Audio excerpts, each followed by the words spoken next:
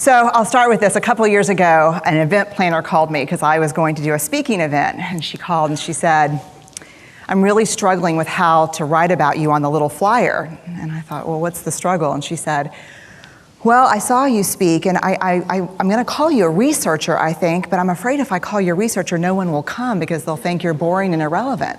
But the thing I liked about your talk is, you're a storyteller, so I think what I'll do is just call you a storyteller. And of course, the academic, insecure part of me was like, you're going to call me a what?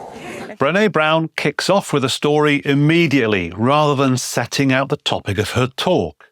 It takes us right into a moment of her own vulnerability. And like every good movie time story, it has action, emotion, and meaning. So even though we can only see Brené talking on the stage, in our mind's eye, we can picture the conversation she's telling us about. And that's what movie time stories do. They activate the mind's eye.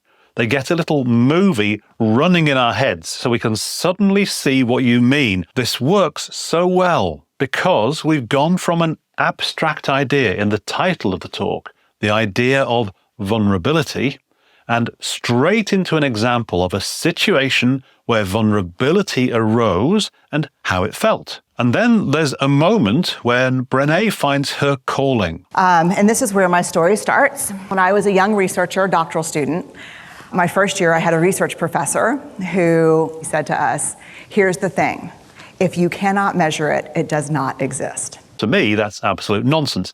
How do you measure friendship, for example? And that exists. But to Brené, it was electrifying. So I was very excited about this. And so I thought, you know what? This is the career for me because I am interested in some messy topics, but I want to be able to make them not messy. It spoke to her way of seeing the messy world of human interactions and immediately made her want to know more. Even though I personally disagree with Brené at this point, I'm curious about her curiosity. I want to know why she's so excited. And you can use the curious tales tactic to do the same. Tell us what grabs your attention, and you're halfway to grabbing ours. The rest of Brené's talk is structured like a man in a hole story.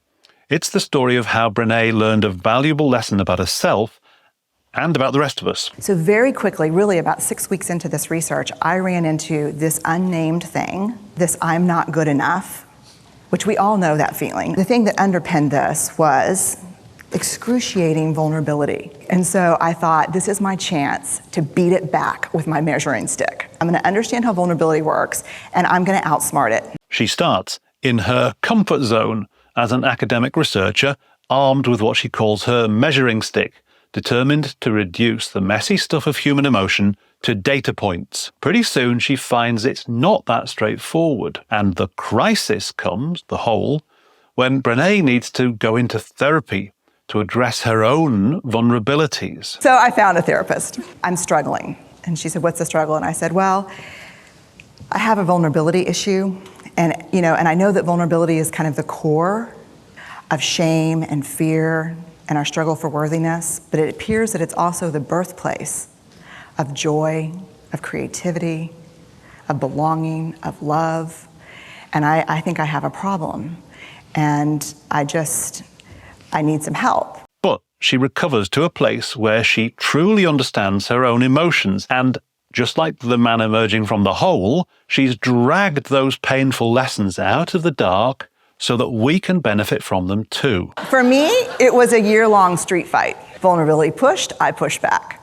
I lost the fight, but probably won my life back.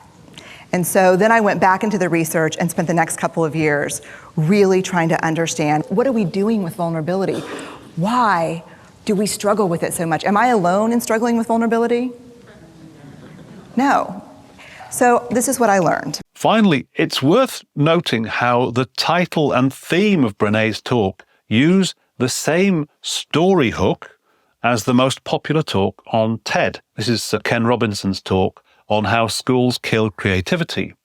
Both his and Brené's talk are rich in irony. Why are schools holding kids back? How can vulnerability be powerful? It doesn't make sense until it does. Can I love you this much? Can I believe in this as passionately? Can I be this fierce about this?